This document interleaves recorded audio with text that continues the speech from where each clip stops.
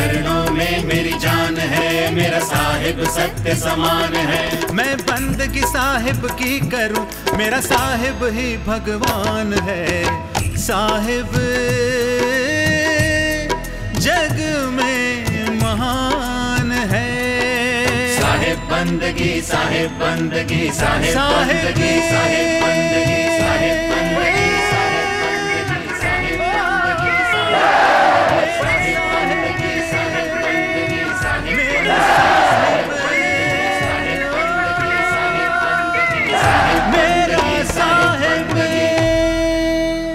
पहले इतनी बीमारियां नहीं थी।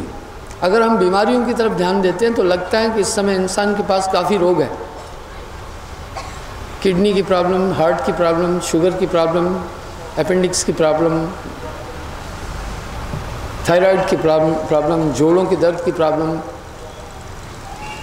और साइकोलॉजिकल प्रॉब्लम।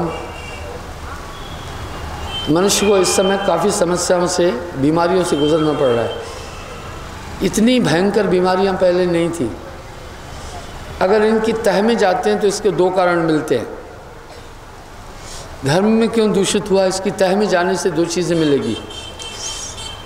आज मनुष्य के पास इतने रोग क्यों हैं, इसकी तह में उतरने से दो चीज़ें सामने आएगी। पहला, हमारा खान पान। हमारा खान पान बड़ा दूषित है। क्यों दूषित है कि सभी दवाओं में हम कीटनाशकों का प्रयोग कर रहे हैं और ज़मीन में डाई और यूरिया का प्रयोग कर रहे हैं। हमारे पूर्वज ये चीज़ें नहीं कर रहे थे। आगे चल कर के वैज्ञानिक लोग इसको अनुभव करेंगे कि इन विषैली खादों को डालने से भोजन पर एक प्रतिकूल असर पड़ता है। यूरिया, डाई आदि जब हम ज़मीन में डाल रहे हैं तो उससे रोग भी उत्पन्न हो रहे हैं,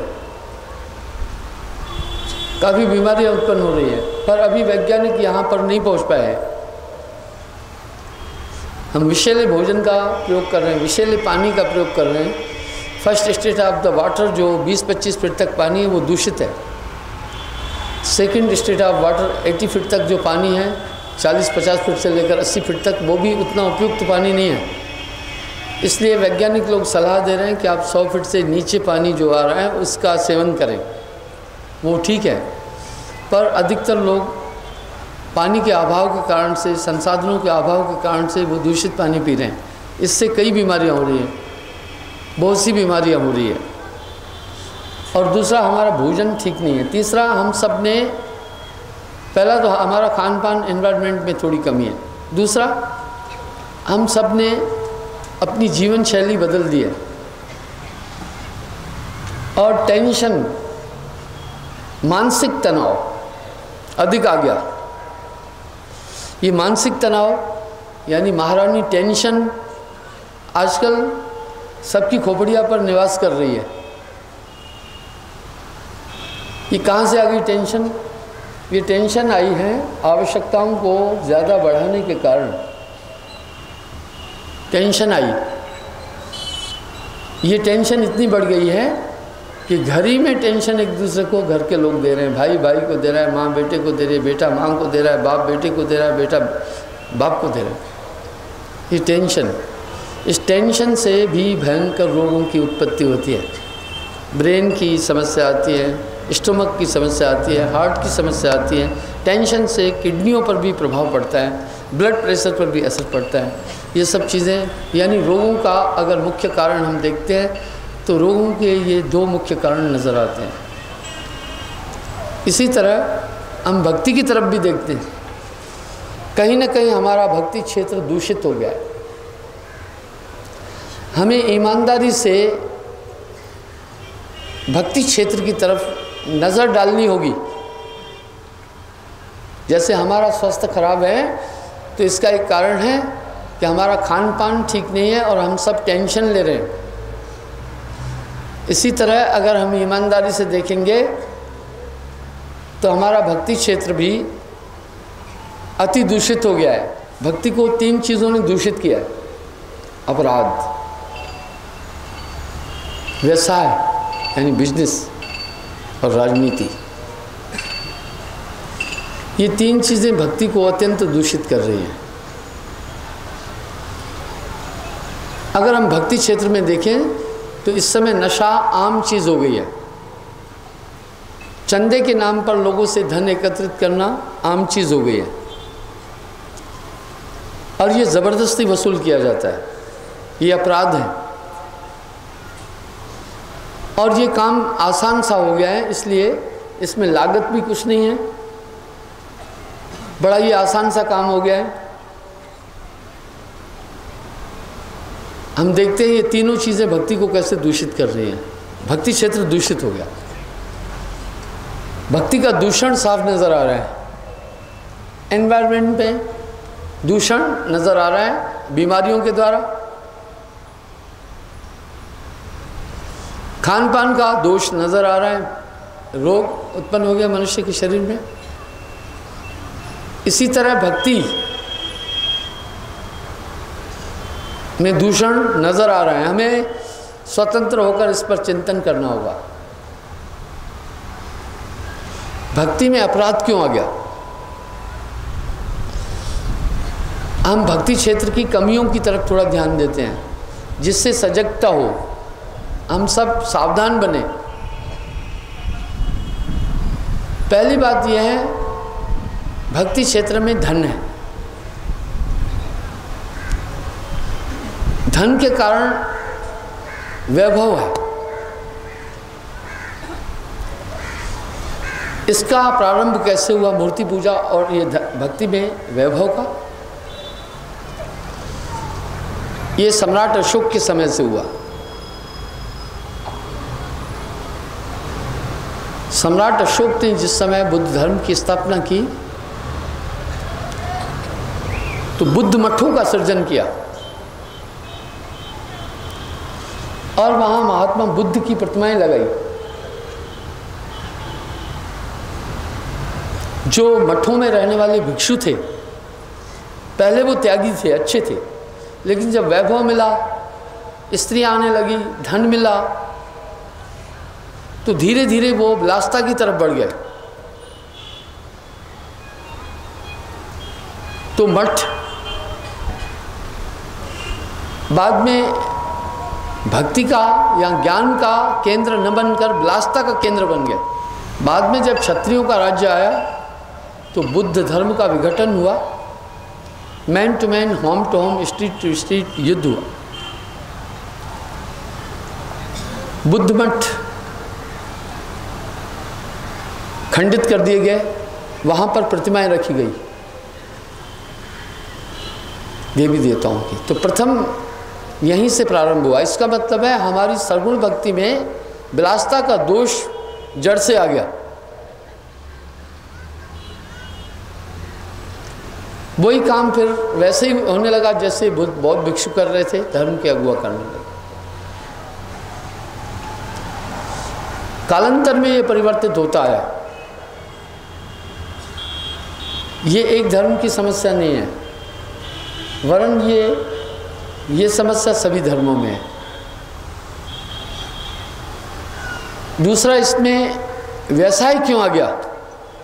इसलिए अपराध आया। दूसरी बात यह है कि इसमें छिपने के लिए अच्छी जगह मिल जाती है।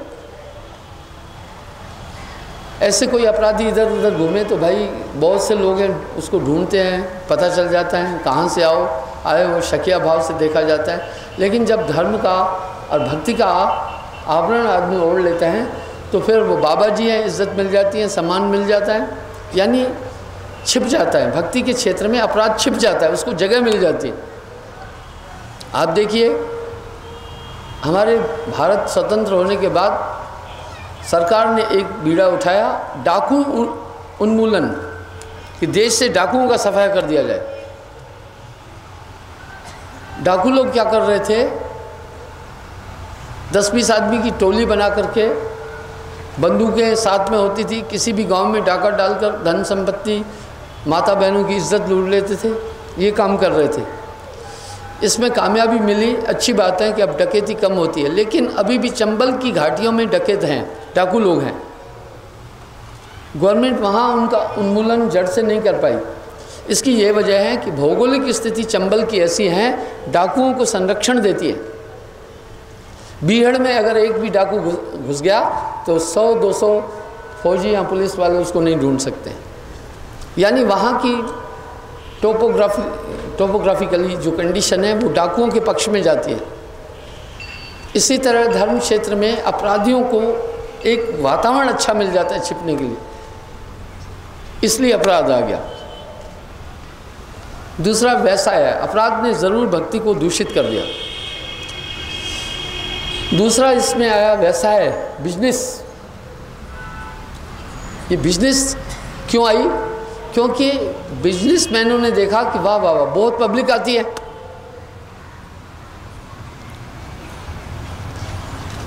एक बार मेरे एक सत्संगी ने मुझे कहा कि गुरुजी हमारे घर में हम स्वेटर कोटियाँ वगैरह बनाते हैं, छोटी सी फैक्ट्री डालें, हम आश्रम में बेचें।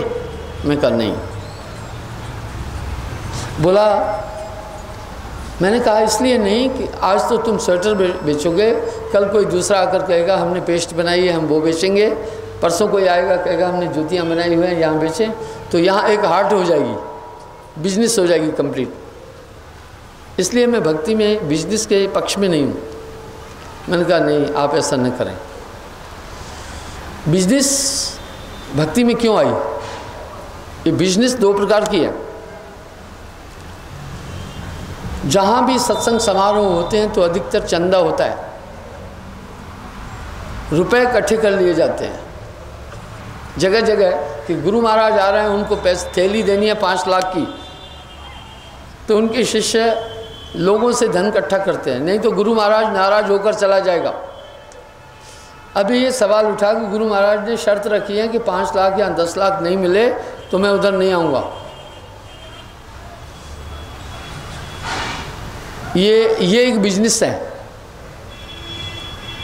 दूसरा क्या होता है, वो महत्वाकांक्षी लोग भक्ति क्षेत्र में आ गए, 8 आने की चीज़ 1 रुपये में बेची जाती है, ऊपर से आवरण होता है भक्ति का, लेकिन लक्ष्य होता है दूसरा। इस तरह जब हम अच्छी तरह से भक्ति क्षेत्र को देख रहे हैं तो पेट के कारण करे गुरुआई, इस चीज़ को साहब ने हज़ारों साल सैकड़ों साल पहले पढ़ा था, तब सतर्क और सावधान करके गए समाज को। तीसरा, राजनीति क्यों आ गई? इसमें बेहद राजनीति आ गई है। किसी एक पार्टी की बात नहीं है, हमारे देश की जितनी भी पार्टियां जाति और धर्म से जुड़कर इसी के नाम से काफ़ी ज़्यादा वोट ले रहे हैं। कोई किसी के नाम से, कोई किसी के नाम से, ये एक आम बात बन चुकी है कि लोग धर्म के नाम पर राजनीति कर रहे हैं और धन एकत्रित कर रहे हैं। ये सब चीज़ें हो रही है, हम देख रहे हैं। जबकि संविधान का इशारा है कि आप किसी देवी देवता के नाम पर वोट नहीं मांगे, किसी धर्म के नाम पर वोट नहीं मांगे, किसी जाति के नाम पर वोट नहीं मांगे। कुछ दल तो स्पेशली ऐसे अपने लोगों को मॉडिफाइड किए हैं कि ये चीज़ करके बाद में लोगों को वोटों की तरफ ले आओ। ये है राजनीति। ये राजनीति में साम दाम दंड भेद सब चलता है। जब ये चीज़ें होती हैं तो धर्म दूषित हो जाता है, क्योंकि उसके बैक में लक्ष्य मुक्ति का नहीं होता है, राजनीति का होता है, धन कमाने का होता है, अपराध का होता है। जो वर्तमान में हम भक्ति का स्वरूप देख रहे हैं, इसमें इन 3 चीज़ों का मिश्रण गहराई से है। शुद्ध भक्ति का रूप नहीं दिख रहा है। जो आध्यात्मिक ज्ञानी, आत्मज्ञानी लोग हैं, उनमें एक खूबी होती है, उनकी वाणी में एक ताकत होती है। वो अपनी आवाज़ आपके हृदय तक पहुंचाते हैं और आप उस वाणी का अनुकरण करने लग जाते हैं। ये उनके अंदर ताकत होती है। साहब ने इसलिए अध्यात्म जगत में गुरु की भूमिका पर बात की है। हमें चिंतन करना होगा कि यथार्थ में हमारा भक्ति क्षेत्र काफ़ी दूषित हो गया। इस भक्ति को 3 क्षेत्रों ने दूषित किया है, अपराध ने, बिजनेस ने और राजनीति ने। हम इसको ईमानदारी से चिंतन करें तो ये 3 चीज़ें इसकी तह में मिलती हैं, जड़ों में मिलती है। वो पहले पब्लिक को इकट्ठा करके फिर किसी न किसी पार्टी की तरफ रुझान करा देते हैं। वाह वाह वाह। कलयुग में गुरुओं की डोरी राजनेताओं के हाथ में है, ये बड़ा उल्टा हो गया। पहले राजनेताओं की, राजाओं की डोरी महात्माओं के हाथ में थी, अब उल्टा हो गया कलयुग में, बड़ा उल्टा सा हो गया है। तो वर्तमान में हम जो भक्ति का बाहरी स्वरूप देख रहे हैं, इसमें ये तीनों चीज़ें आपको जमकर नजर आ जाएगी सरगुण भक्ति में। आइए देखते हैं निर्गुण भक्ति क्या है। पहले एक और बात है, उस पर हम चिंतन करें तो पता चलता है, भक्ति क्षेत्र में डरा कर, धमका कर, बलपूर्वक धन लिया जा रहा है। डरा कर कैसे? कोई ग्रह नक्षत्रों के नाम पर भयभीत करके धन ले रहा है, कोई जादू टोने के नाम पर धन ले रहा है, कोई प्रेत आत्माओं के नाम पर धन ले रहा है, कोई पाप काट देंगे ये आश्वासन देकर के धन ले रहा है, कोई पितरों का कल्याण कर देंगे यह आश्वासन देकर के धन ले रहा है, दिवंगत आत्मा को अपनी अच्छी जगह पहुंचा देंगे ये कह के धन लिया जा रहा है। ये सब धन लेने का तरीका भ्रमित करके, भयभीत करके, डरा करके है। अपराध हो गया ये अपराध हो गया। और कुछ लोग पार्टिकुलरली अपनी जीविका के यापन के लिए ही भक्ति का आयाम अपना रहे हैं। तो हम देख रहे हैं कि सरगुण भक्ति में दोष है। निर्गुण भक्ति की तरफ हम चलते हैं। ये कैसी है निर्गुण भक्ति? सरगुण भक्ति करे संसारा, निर्गुण योगेश्वर अनुसारा। निर्गुण भक्ति में 5 शब्दों का, 5 मुद्राओं का विशेष महत्व है। खेचरी, भूचरी, चाचरी, उन्मुनी, अगोचरी। निर्गुण भक्ति का पहला लक्ष्य है कि निर्गुण भक्ति सन्यासी लोग करेंगे, ग्रस्त नहीं।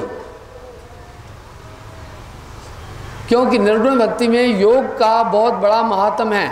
साहिब ने भी वाणी में कहा, जहाँ भोग तह योग विनाशा। जो भी भोग संभोग यानी सेक्स कर रहा है वो योग नहीं कर सकता है। ये दोनों एक दूसरे के विरुद्ध हैं। पर एक आश्चर्य यह है कि कलयुग में यह योग ग्रस्त को बोला जा रहा है। कौन सा योग? ध्यान योग। वाह। तो बंधुओं, 5 मुद्राओं का प्रचलन है। सभी मत मतांतर इसी सूत्र से जुड़े हुए हैं। जितने भी मत मतांतर हैं, यदि हम देखेंगे तो 5 मुद्राओं से उनका संबंध है। हम देखते हैं निर्गुण भक्ति कहाँ तक पहुँची है। सबसे पहले सरगुण भक्ति का अभीष्ट क्या है? सामीप्य और सालोक्य मोक्ष। अगर आप ठीक से सरगुण भक्ति कर रहे हैं तो सामीप्य और सालोक्य मोक्ष की प्राप्ति होगी। हम सरगुण भक्ति की खिलाफत नहीं कर रहे हैं। आदमी को अध्यात्म जगत में जाने के लिए प्रारंभिक स्थिति में सरगुण भक्ति की आवश्यकता ठीक वैसे पड़ती है जैसे बच्चे को कायदे में प्रथम कक्षा में स्वर व्यंजन को समझने की आवश्यकता पड़ती है। उन्हें समझाने के लिए कैसे कमल एक आधार लिया जाता है। भाइयों, निर्गुण भक्ति योगेश्वर अनुसारा। हमारे पूर्वजों ने निर्गुण भक्ति की। भाई, सरगुण भक्ति में आपको 2 चीज़ें मिल जाएगी, सामीप्य और सालोक्य मोक्ष। लक्ष्य है मुक्ति की प्राप्ति। हम सब मोक्ष की प्राप्ति चाहते हैं।